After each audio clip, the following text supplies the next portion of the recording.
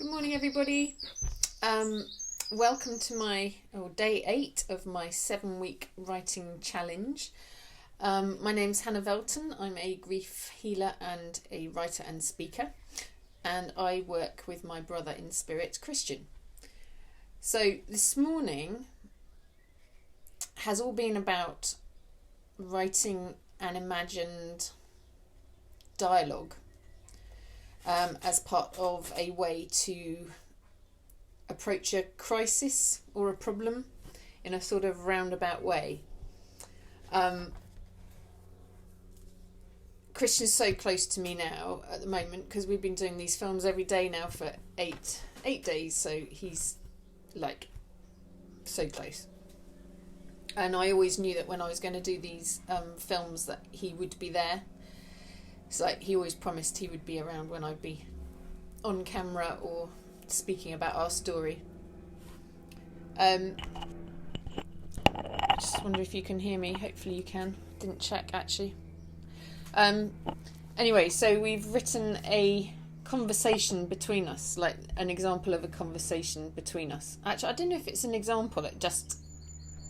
This is kind of what we do. This is how we do it.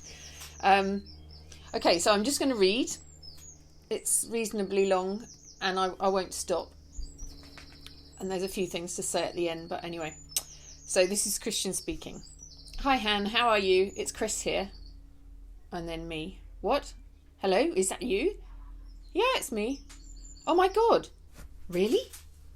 Yes, we could go on like this all bloody afternoon. Yes, it's me.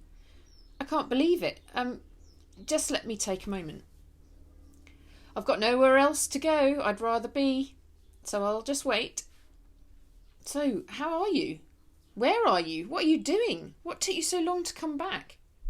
Hey sis, slow down. So many questions. And I guess these are the questions that everyone wants to know about spirit, heaven, the afterlife. Oh, I guess so. But isn't it just me here with you?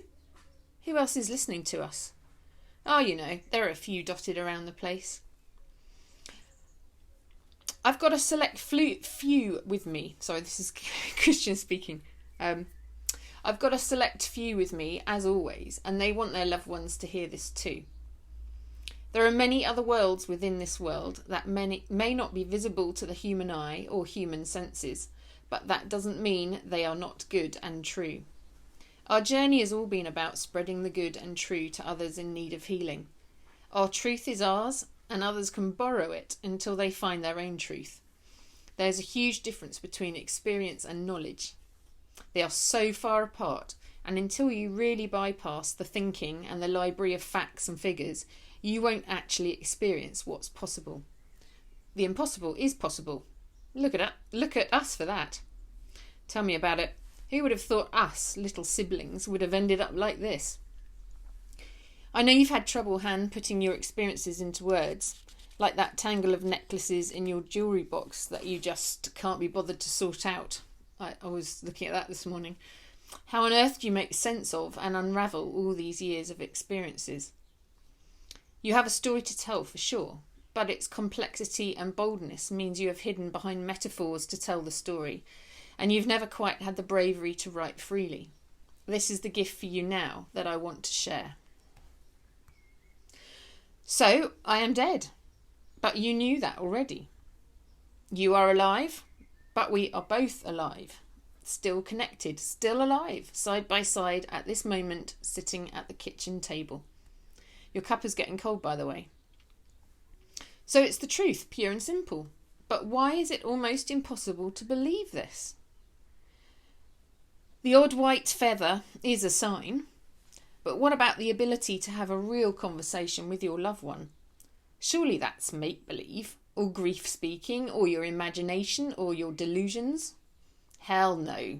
This is as real as that cup of tea there, Han. Maybe people just don't want to believe that it could be possible. What would it mean, having to really face their emotions and speak their true thoughts? And we don't like doing that, Han, do we? All those things left unsaid. All those difficult questions to ask, all those emotions of abandonment, dreams smashed, traumatic experiences, they'd all have to be relived. You couldn't just sit there and pass the time politely, could you? I mean, us having a conversation would mean business had to be sorted once and for all. What truths would we exchange? What clarity could we give? What explanations for our behaviours could we give? Can you see now why it's taken me so long, and you so long, to agree to sit at this table to discuss? The enormity of the exchange between us is the elephant in the room, excuse the metaphor. To truly heal grief and rebirth together means having those difficult conversations. We sit here now, Han, not having to dissect our relationship because we've already done the hard work. But that sounds like it was a chore. Those letters we wrote each other were a release to write, to explain, to forgive, to understand. And to receive your letters was such a relief. At first, because I didn't know if you actually wanted to connect with me again. And it was just pure joy. Why did I fear you not wanting to join up with me again? Well, I had gone on this solo trip against all your wishes, full of concern for me. You know all of this. I was so changed. I wasn't the same brother you knew. So much had happened between us and within me that I was scared to make contact. Gosh, he's getting upset even talking about this. So much had happened between us and within me that I was scared to make contact. Would you want to hear from me? Over time, with all the tests I sent you, and those will come out in the book, you proved to me that you really did want me back, in whatever shape or form I was in. And that's the key, Han. Accepting the change that's occurred. Trauma changes us, and we have to meet each other, as we are, warts and all. This is the time for unconditional love. Raising the love is the first step, so we can even begin to connect. And then once we're around the kitchen table, there has to be honesty, truth, clarity, and love. Our story will be told, and the rawness and emotional vulnerability required to heal our grief will be on show. I don't want you, Han, to flinch from telling our truths, as it will inspire and empower others. Our healing will help others heal by providing a framework they can follow, all those hints and tips we can offer people. Grief is possible to heal, whatever the physical circumstances. It takes time, patience, and unconditional love.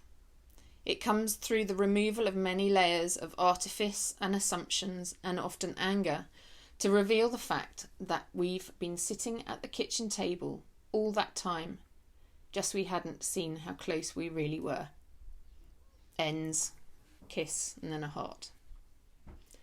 So, I don't know, I just trust that doing these writing exercises with Christian, the purpose of doing these writing exercises is actually, like Christian said about the jewellery, it's like untangling all the threads in our story.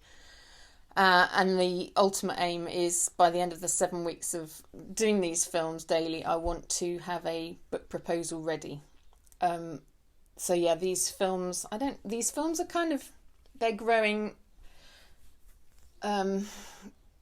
into something else than I thought they would.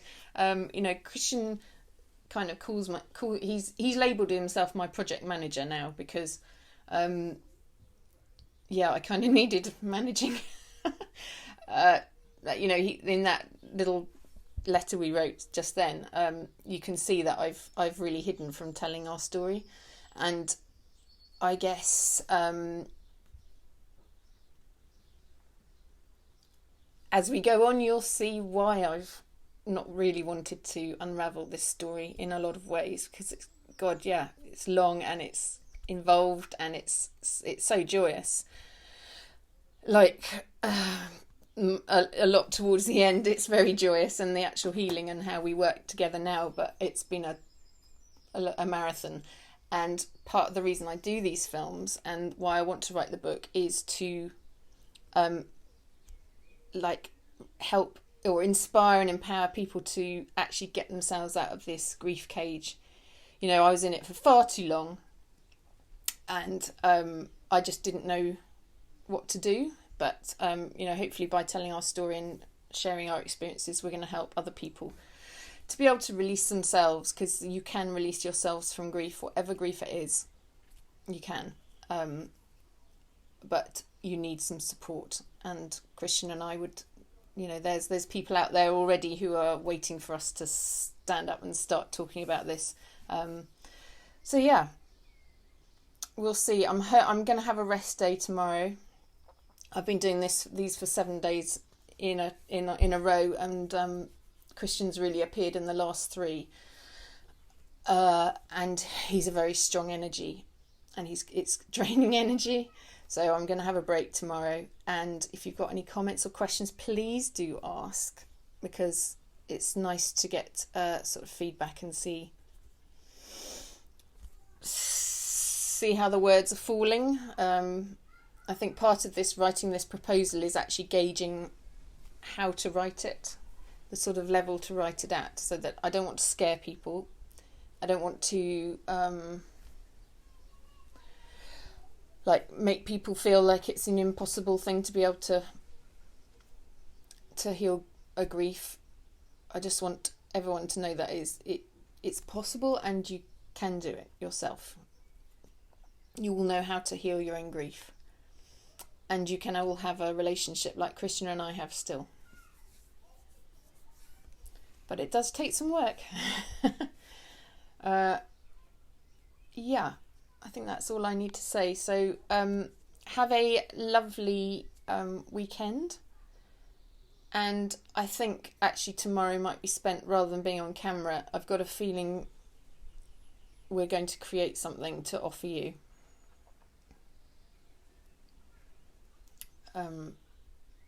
Off the back of that letter. But it'll all become clear tomorrow. So anyway, lots of love. Have a lovely weekend, and I'll see you on Monday morning, and I'm going to try and keep them between 11 and 12. So that's a bit vague, but sometimes the writing takes longer, and yeah, I don't want to have to be here at a certain time. Anyway, see you on Monday. Bye.